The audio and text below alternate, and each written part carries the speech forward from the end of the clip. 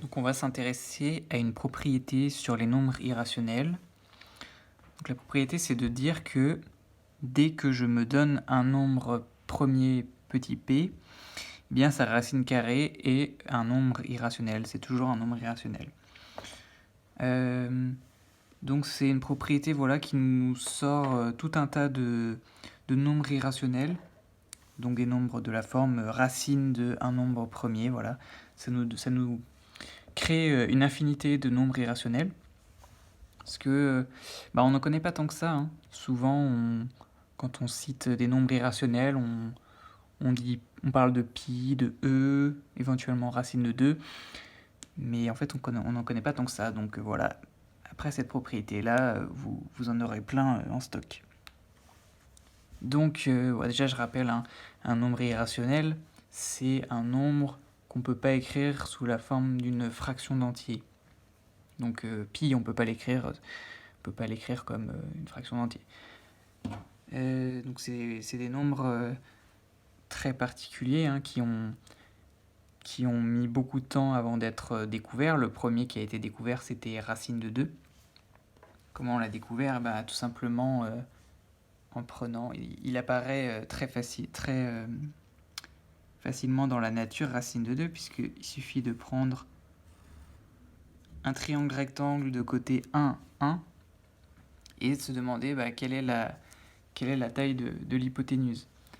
D'après le théorème de Pythagore, on sait que cette hypoténuse-là, elle vérifie a au carré égale 1 au carré plus 1 au carré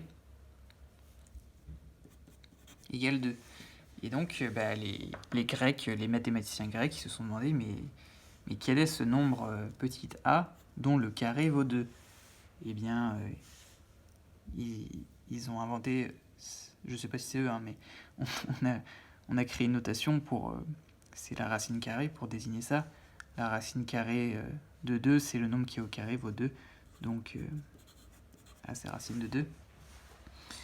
Et ils ont réussi à démontrer à l'époque qu'on ne pouvait pas écrire A sous la forme d'un quotient d'entier. Et alors là, c'était vraiment un choc pour l'époque, puisque on ne pouvait pas concevoir qu'il y ait des tels nombres qui existent. Eh bien, racine de 2, c'était le premier. Et là, on va voir qu'en fait, il y en a tout plein. Donc, voilà, donc la démonstration pour le cas p égale 2, elle est très connue, peut-être que vous l'avez déjà rencontrée. Et donc, ce qu'on fait, c'est un raisonnement par l'absurde. Donc, c'est ce qu'on va faire ici aussi. En fait, ici, c'est juste une généralisation de la preuve pour p égale 2. Mais le raisonnement est assez semblable. Donc, je vais me donner un nombre premier. Et comme je disais, on va supposer par l'absurde que sa racine carrée est rationnelle.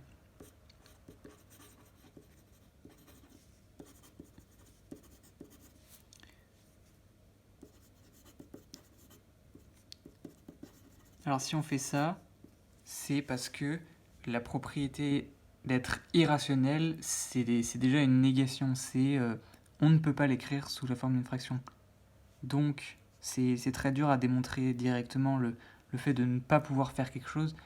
On a du mal à le démontrer directement. En revanche, ce qu'on peut faire, c'est montrer que si on le fait, il y a un problème. Et donc c'est qu'on ne peut pas le faire. C'est exactement un raisonnement par l'absurde. Et ça, c'est très efficace ici, c'est même indispensable. Sinon, on ne peut rien faire. Vous voyez, ici, là, dès que j'ai supposé par l'absurde, tout de suite, j'ai des choses à faire. Traduire, qu'est-ce que ça veut dire que racine de p est rationnelle. Comme ça, on va pouvoir rappeler la définition.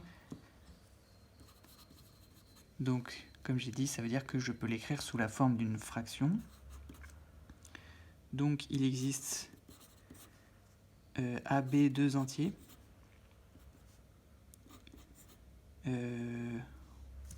B, il peut pas être nul, parce qu'il va être au dénominateur.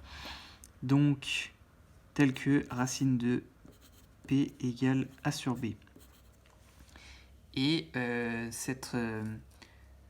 il existe une telle il existe une écriture fractionnaire comme ça de racine de P qui soit irréductible.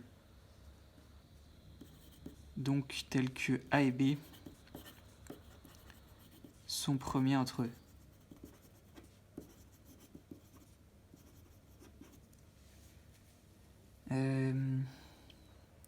En fait, ça c'est quelque chose qu'on rajoute parce que ça va nous être utile, mais en soi, on pourrait se passer de préciser ça, puisque à partir du moment où je peux écrire le nombre comme je peux écrire le nombre sur une fraction, ce nombre-là, je vais aussi pouvoir l'écrire sous une fraction de nombres premiers entre eux. C'est ce qu'on appelle la forme irréductible d'une fraction. Et elle existe toujours à partir du moment où la fraction existe. Mais bon, voilà. Donc là, on précise ça parce que ça va nous servir. Et donc, maintenant, on va travailler là-dessus et essayer d'arriver à un problème. Donc déjà, si on passe le B de l'autre côté, faut tâtonner un peu, hein, faut essayer des choses. Et donc là, ce qu'on peut se dire, c'est A, on l'a écrit comme le produit de B avec quelque chose. Bon, ce quelque chose-là, c'est pas du tout un entier. Hein, on est en train d'essayer de montrer que c'est un irrationnel. Mais peut-être que si on met au carré, par exemple,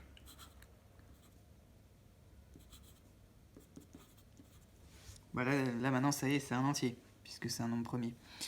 Donc là, on a que P divise A carré, puisque A carré s'écrit comme P fois un entier. En fait, ce que j'essaie de faire là, quand je vois cette écriture-là, je me dis, je vais pouvoir trouver un diviseur de A, puisque j'ai un produit de facteurs qui vaut A. J'essaie de trouver un diviseur de A. Et peut-être que ce diviseur-là de A, ça va être aussi un diviseur de B, ce qui contredirait que A et B sont premiers entre eux. Si je trouve un diviseur commun aux deux, qui n'est pas 1, ça veut dire que, en fait, ils n'étaient pas premiers entre eux. Donc, comme je disais, là, je voudrais en conclure que je voudrais trouver un diviseur de A. Là, j'ai un diviseur de A carré. Est-ce que je peux en déduire que alors P divise A? Eh bien, c'est là qu'on va utiliser notre hypothèse que P est premier. Puisqu'effectivement, si on utilise le théorème de Gauss, je vais faire un rappel. Le théorème de Gauss pour les nombres premiers.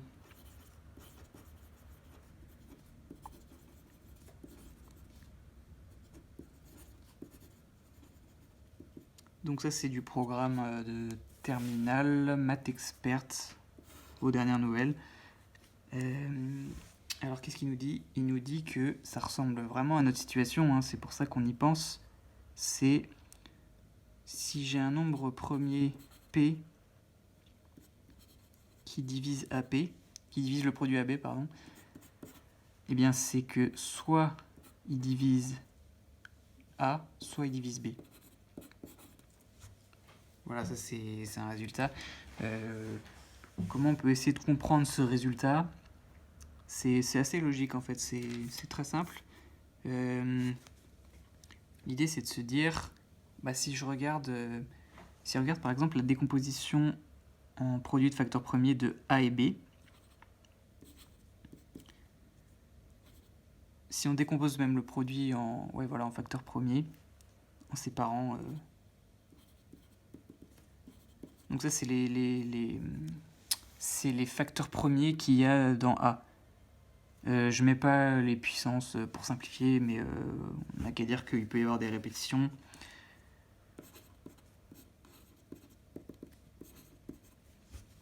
Donc je sais que P divise ça. Donc c'est-à-dire que P, il est quelque part dans cette décomposition-là. P, ça peut pas être... il peut pas naître du produit d'un nombre premier avec un autre. Ça pourrait pas être P, puisque ça, c'est un nombre composé. Donc P, c'est forcément l'un l'un d'entre eux, lui par exemple, ou lui. S'il est là, il divise A, s'il est là, il divise B. Voilà. Donc, si on revient à notre situation, là on a P divise A carré. Donc, on va même pouvoir utiliser le théorème de Gauss sur cet exemple-là un peu particulier où A et B sont en fait les mêmes. Et donc, d'après le théorème de Gauss, je peux en déduire que P divise A ou P divise A. Donc P divise A. Donc j'ai utilisé le fait que c'est grâce au fait que P est premier que de P divise A carré, on peut en conclure que P divise A.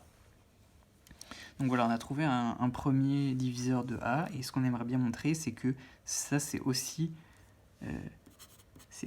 un diviseur de B. C'est la question qu'on va se poser, parce que ça amènerait tout de suite à une contradiction. Donc ça, P divise A, bah, on peut le traduire, comme ça on va pouvoir avoir une nouvelle forme d'égalité sur laquelle on va pouvoir travailler. Donc A, je peux l'écrire sous la forme P fois K.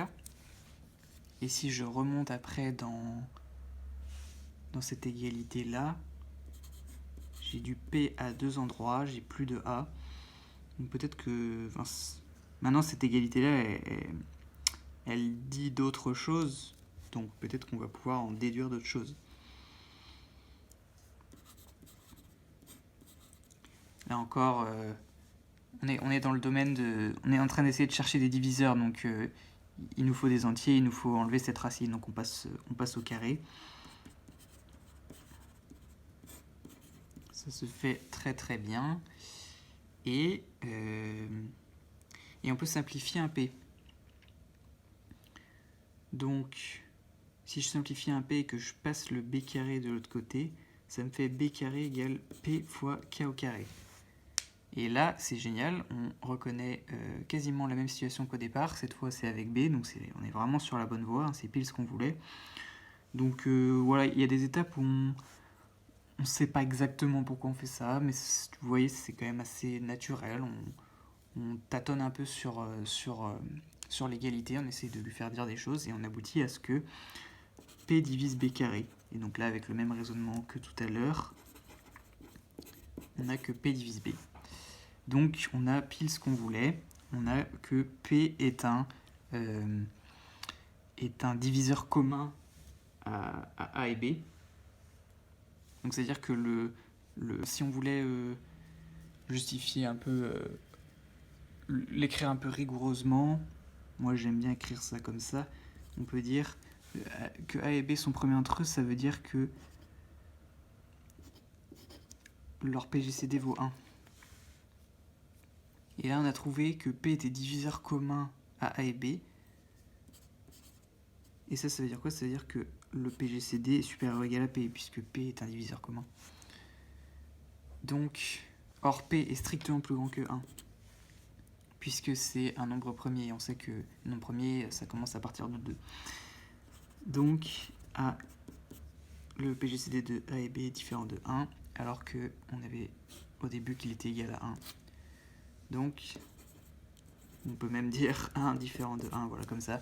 J'aime bien vraiment aller jusqu'au bout pour mettre en évidence que là, on a une contradiction, hein, c'est indiscutable.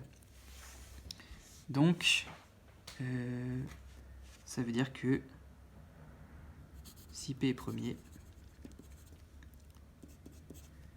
racine de P est irrationnelle.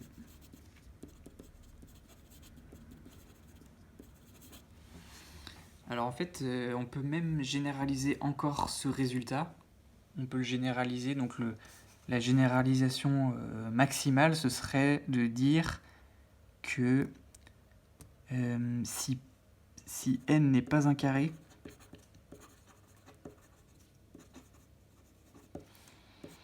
alors racine de n est irrationnelle. Ça, c'est vrai, hein, ce résultat-là est vrai. On pourra le voir dans une autre vidéo. Donc ça veut dire qu'en fait, le seul moyen pour que racine de n soit irrationnelle, c'est c'est que n soit directement un carré, et que donc racine de n, bah hop, ça fait un entier, quoi.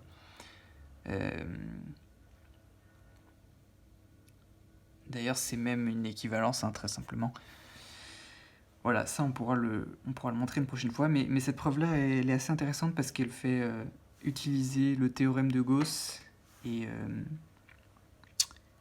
le raisonnement est assez marrant. Donc en fait, il n'y a pas tant de lien que ça avec les nombres premiers, hein. Puis vu ce résultat-là, on se dit, ah tiens, mais quel est le rapport entre les nombres premiers et les nombres irrationnels? En fait, c'est juste que dans le cas des nombres premiers, ça se montre facilement.